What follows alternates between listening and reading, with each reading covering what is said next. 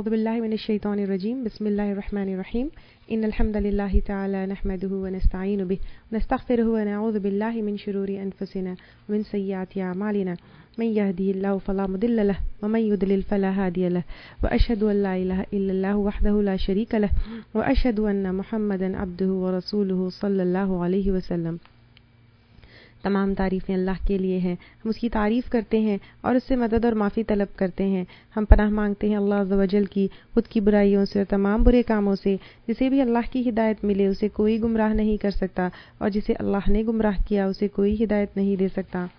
ہم گواہی دیتے ہیں کہ عبادت کا حقدار صرف اللہ ہے اور کوئی اس کا شریک نہیں، اور گواہی دیتے ہیں کہ محمد صلی اللہ علیہ وسلم اللہ تعالیٰ کے بندے اور رسول ہے، اور اللہ اپنی سلامتی بھیجے اپنے آخری نبی پر، ان کے اہل و عیال پر، ان کے صحابہ پر۔ السلام علیکم ورحمۃ اللہ وبرکاتہ۔ حدیث نمبر 38 عن ابی ہریرہ رضی اللہ عنہ قال قال رسول اللہ صلی اللہ علیہ وسلم ان اللہ تعالی قال من عاد لی ولیا فقد آذنته بالحرب وما تقرب الی عبدی بشیء احب الی مما افترضته علیہ وما یزال عبدی یتقرب الی بالنوافل حتی احبہ فاذا احببته كنت سمعه الذي يسمع به وبصره الذي يبصر به وَيَدَهُ الَّتِي يَبْطِشُ بِهَا وَرِجْلَهُ الَّتِي يَمْشِي بِهَا وَإِنْ سَأَلَنِي لَأُعْطِيَنَّهُ وَلَئِنِ اسْتَعَاذَنِي لَأُعِيذَنَّهُ۔ رواہ البخاری۔ ابو ہریرہ رضی اللہ تعالیٰ عنہ سے روایت ہے، رسول صلی اللہ علیہ وسلم نے فرمایا، اللہ تعالیٰ کا ارشاد ہے، جو شخص میرے کسی ولی یعنی دوست سے عداوت یعنی دشمنی رکھے، میرا اس سے اعلان جنگ ہے۔ میرا بندہ میرے فرض کردہ امور کے سوائے کسی اور چیز کے ذریعے میرے زیادہ قریب نہیں آ سکتا۔ میرا بندہ نوافل کے ذریعے میرے قریب ہوتا رہتا ہے، یہاں تک کہ میں اس سے محبت کرنے لگتا ہوں، اور جب میں اس سے محبت کرنے لگتا ہوں تو میں اس کا کان بن جاتا ہوں جس سے وہ سنتا ہے، اس کے آنکھ بن جاتا ہوں جس سے وہ دیکھتا ہے، اور اس کے ہاتھ بن جاتا ہوں جس سے وہ پکڑتا ہے، اور ان کے پاؤں بن جاتا ہوں جس سے وہ چلتا ہے۔ وہ مجھ سے مانگے تو میں ضرور دیتا ہوں، مجھ سے پناہ طلب کرے تو میں ضرور دیتا ہوں۔ یہ حدیث بھی حدیث قدسی ہے۔ اس حدیث میں یہ بتایا جا رہا ہے کہ اللہ تعالیٰ کے دوست، ولی کا مطلب ہے دوست، اولیاء جو ہے ولی کا پلورل ہے، ان سے اللہ تعالیٰ اپنی محبت کا اظہار کر رہے ہیں، اور اسی حدیث میں اولیاء اللہ کیسے بن سکتے ہیں اس کے عمل بھی بتائے جا رہے ہیں کہ تم اولیاء اللہ کیسے بن سکتے ہو۔ اس حدیث کے راوی ابو ہریرہ رضی اللہ تعالیٰ عنہ ہے، جن کے ڈیٹیلز ہم پہلے لے چکے ہیں۔ اب پہلے کیا ہے؟ جو شخص میرے کسی ولی سے عداوت رکھے، ولی جیسے ابھی میں بتائی سنگولر ہے، اولیاء پلورل ہے، تو یہ ولایا سے ورڈ ہے جس کے معنی ہوتے ہیں محبت، پیار، لو، آنر، رسپیکٹ، بلاوڈ، پیارے، دوست کے معنی میں بھی یہ آتے ہیں۔ سمپل ورڈ میں فرینڈ یا دوست۔ ولی اللہ کے لیے دو ایسینشیل کیریکٹرسٹکس ہونا ضروری ہے، نمبر 1 ایمان، نمبر 2 تقوی، اور یہ 2 کیریکٹرسٹکس اگر آپ یا میں اپنے اندر لا لیں تو ہم بھی ولی اللہ بن سکتے ہیں۔ جیسے سورہ یونس آیت نمبر 62-63 میں اللہ تعالیٰ فرماتے ہیں، الا ان اولیاء اللہ لا خوف علیہم ولا هم یحزنون الذین آمنوا وکانوا یتقون۔ بے شک اولیاء اللہ ان کے اوپر کوئی خوف یا کوئی غم نہیں ہوتا، وہ لوگ وہ ہوتے ہیں جو ایمان لاتے ہیں اور تقوی اختیار کرتے ہیں۔ یہ آیت سے بہت بہت بہت کلیئر ہے کہ جس کے دل میں بھی ایمان اور تقوی ہے وہ ولی اللہ ہے، لیکن ایمان اور تقوی کہاں ہوتا ہے؟ ایمان اور تقوی کی جگہ کہاں ہوتا ہے؟ ایمان اور تقوی دل میں ہوتا ہے۔ اور کیا ہم کسی کے دل میں جھانک کر دیکھ سکتے ہیں؟ ہم نہیں دیکھ سکتے ہیں۔ اس لیے کسی کا اولیاء اللہ ہونا یا نہیں ہونا یہ جاننا مشکل ہے، یہ ڈکلیئر کرنا بھی مشکل ہے۔ یہ کیفیت صرف اور صرف اللہ تعالیٰ کو ہی معلوم ہوتی ہے۔ جو اپنے ایمان اور تقوی کی وجہ سے انسان اللہ کا قرب حاصل کر لیتا ہے، اللہ تعالیٰ اس کی حفاظت کرتے ہیں۔ سب سے پہلے تو وہ اس کو گمراہی سے، شرک وغیرہ سے، گناہوں سے نکالتے ہیں، جیسے سورۃ البقرہ آیت نمبر 257 میں آتا ہے، اللہ ولی الذین آمنوا یخرجہم من الظلمات الی النور۔ اللہ تعالیٰ ان لوگوں کا دوست ہوتا ہے جو ایمان لے کر آتے ہیں، ان کو اندھیروں سے نکال کر روشنی کی طرف لے جاتے ہیں۔ کچھ لوگوں کا ولی اللہ کا ایک غلط کانسیپٹ ہے کہ کچھ خاص لوگ ہیں جن کو اللہ تعالیٰ کی طرف سے کچھ شرف ملا ہے، ان کی خبروں کی عبادت ہوتی ہے۔ یہ سب بیس لیس ہے، قرآن اور سنت کے ٹیچنگز کے خلاف ہے۔ کوئی خود ولی ہونے کا دعویٰ اور اعلان نہیں کر سکتا ہے کیونکہ یہ تو دل کی کیفیت ہے اور یہ تو صرف اللہ تعالیٰ کو پتہ ہوتا ہے۔ انفیکٹ خود ولی کو بھی نہیں پتہ ہوتا ہے کہ اس کا تقوی اور اس کا ایمان اللہ تعالیٰ کو پسند آیا ہے یا نہیں پسند آیا ہے۔ کچھ لوگ پیر، ولی، مرشد بن کر خود بھی قرآن اور سنت کے خلاف زندگی گزار رہے ہیں اور لوگوں کو قرآن اور سنت سے گمراہ کر رہے ہیں۔ ایسے لوگ ہرگز اللہ کے ولی نہیں ہو سکتے ہیں کیونکہ ان کے تعلیمات اٹسیلف قرآن کے اور سنت کے خلاف ہوتے ہیں، کیونکہ سورہ انفال میں کیا آتا ہے؟ ان اولیاءہ الا المتقون۔ اولیاء کون ہوتے ہیں؟ جو تقوی اختیار کرنے والے متقی لوگ ہوتے ہیں۔ تو جو لوگ ایمان والے اور متقی لوگ ہوتے ہیں، اللہ نہ کہ ان سے محبت کرتے ہیں، نہ کہ ان کو صحیح طرف کی ہدایت دیتے ہیں، بلکہ جو لوگ ان کے مخالف ہوتے ہیں ان سے دشمنی رکھتے ہیں۔ کون؟ اللہ تعالیٰ ان سے کہہ رہے ہیں کہ جو مخالف ہے اللہ تعالیٰ کی ان سے جنگ ہے۔ ہمارا دین ہم کو صرف اللہ کے لیے محبت اور اللہ کے لیے دشمنی سکھاتا ہے، تو ڈیفینیٹلی جو اولیاء اللہ ہوگا وہ قرآن اور سنت پر عمل کرے گا، تو لوگ اس سے حق کی طرف بلانے، قرآن اور سنت پر چلنے کی وجہ سے نفرت کریں گے۔ جیسے کافر تو دشمنی کریں گے ہی کریں گے، لیکن جو گمراہ فرقے ہیں اس ولی اللہ سے بدعت فالو نہ کرنے کی وجہ سے، غلط عقائد کو ایکسپٹ نہیں کرنے کی وجہ سے، شرک گمراہی کی باتیں ریجیکٹ کرنے کی وجہ سے، قرآن اور سنت کی تعلیم لوگوں میں عام کرنے کی وجہ سے، باپ دادا کے گمراہ رسومات کو ریجیکٹ کرنے کے لیے دشمنی کریں گے۔ گنہگار لوگوں کو برا لگے گا کیونکہ یہ جو اولیاء اللہ ہوں گے وہ امر بالمعروف اور نہی عن المنکر کا کام کریں گے۔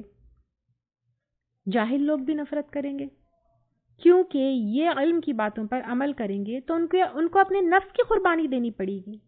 ان سمپل ورڈز، اولیاء اللہ سے لوگ اس لیے دشمنی کریں گے کیونکہ اس نے اپنے آپ کو، اپنی زندگی کو اللہ کی اطاعت میں لگایا ہوا ہے۔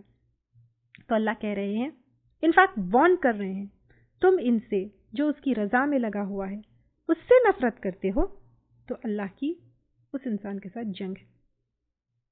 اس میں نارمل جھگڑے یا ڈفرنس آف اوپینین نہیں آتا جو دشمنی رکھنا ہے اس میں، جیسے صحابہ میں بھی اختلاف ہوتا تھا، من مٹاؤ ہوتا تھا، ڈفرنس آف اوپینین ہوتا تھا۔ اینڈ ان فیکٹ جو اس درجے کا ایمان اور تقوی رکھتا ہے اور اولیاء اللہ ہوتا ہے وہ پرسنل گرجز نہیں رکھتا، فیر ہونے کی کوشش کرتا ہے، توکل اللہ کرتا ہے، صبر کرتا ہے، درگزر کرتا ہے۔ یہ عداوت دین کی اطاعت کی وجہ سے جو عداوت ہے اس کی بات یہاں پر ہو رہی ہے۔ اللہ کے ساتھ جنگ کیسے ہوگی؟ سوچئے، اللہ تعالیٰ جو ہے جنگ کا اعلان کر رہے ہیں تو اللہ کے ساتھ جنگ کیسے ہوگی؟ جنگ کا رزلٹ کیا ہوتا ہے؟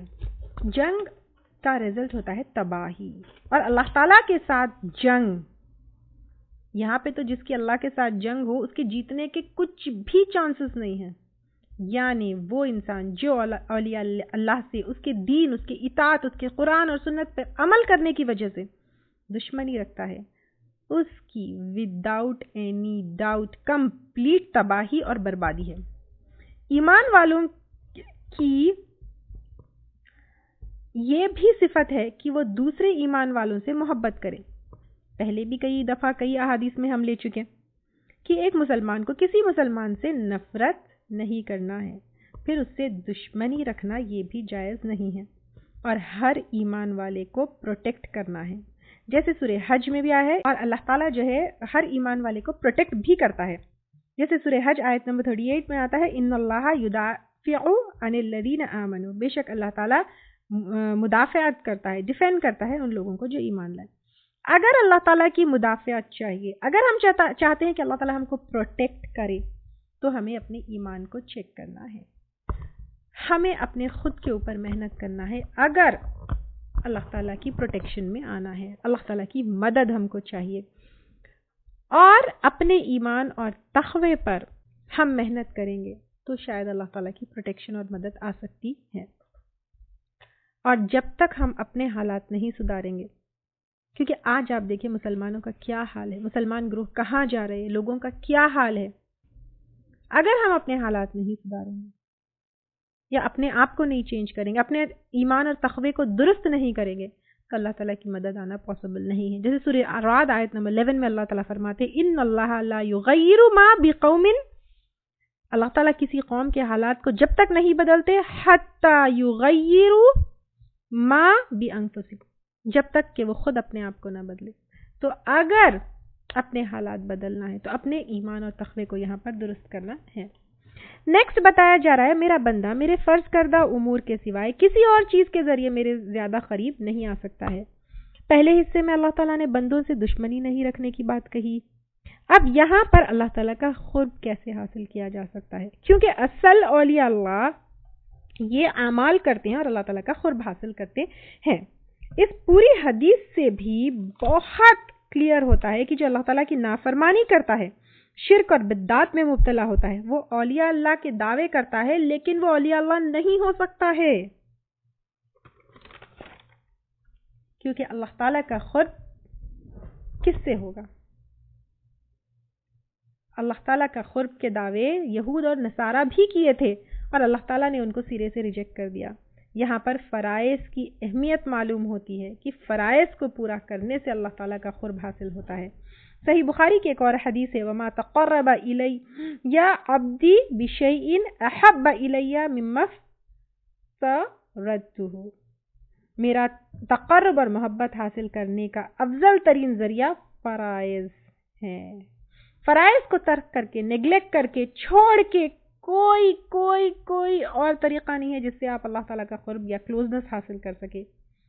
اور اس میں سب سے پہلے نماز، روزہ، حج، زکوٰۃ، کیونکہ جس نے نماز ترک کرنے والا اسلام میں کوئی حصہ نہیں. سوچئے پہلے حصے میں ایمان اور تقوی، چلو ہم سوچ لیں گے ایمان اور تقوی ہے، لیکن اللہ تعالیٰ کے قرب پانے کا ایک ہی طریقہ ہے، کوئی اور راستہ ہے ہی نہیں، کوئی راستہ نہیں ہے اس کے علاوہ. اور وہ کیا ہے؟ اوبلیگیٹری احکامات، ان کے ذریعے ہم اللہ تعالیٰ کے قریب جا سکتے ہیں. اور اوبلیگیشنز میں سب سے پہلے نماز آئے گی. اب یہاں رک کر سوچنا ہے میری نمازیں کیسی ہے؟ کیا میں 5 وقت نماز پڑھتی ہوں؟ کوئی نماز ڈیلے تو نہیں ہوتی؟ لاسٹ کب قضا ہوئی تھی؟ اگر یاد نہیں ہے لاسٹ کب قضا ہوئی، ویری گڈ، لیکن فریکوینٹلی نمازیں چھوٹتی یا قضا ہوتی ہے تو بہت افسوس کی بات ہے. شاپنگ، دعوت، مہمان، T V, chatting, phone calls, بچوں کے پیچھے، کوکنگ، ورک اینڈ جاب، ان سب میں میرے نماز کے ساتھ کیا معاملہ ہے، یہ مجھے سوچنا ہے. اس سے مجھے پتہ چلے گا اور آپ کو پتہ چلے گا کہ ہم اللہ تعالیٰ کے کتنے قریب ہیں.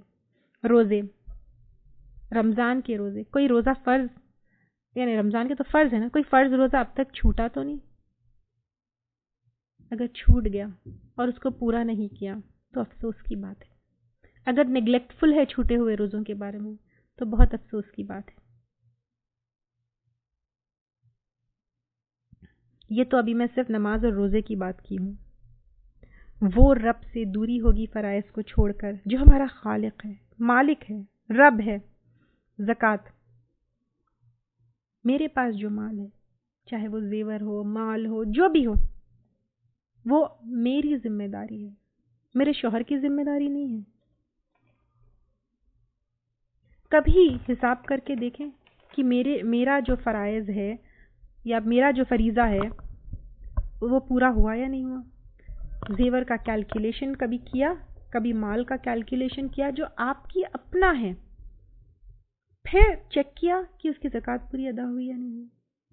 اب ایک بار اپنے مال کی زکوٰۃ اپنے خود کے مال سے اور اپنے سیونگز سے دیکھ کر دیکھیے، وہ اللہ تعالیٰ کا قرب حاصل کرنا ہے. کیونکہ آپ کا فریضہ اگر آپ کے شوہر ادا کرتے ہیں تو پھر وہ اللہ کے قریب گئے، آپ نہیں.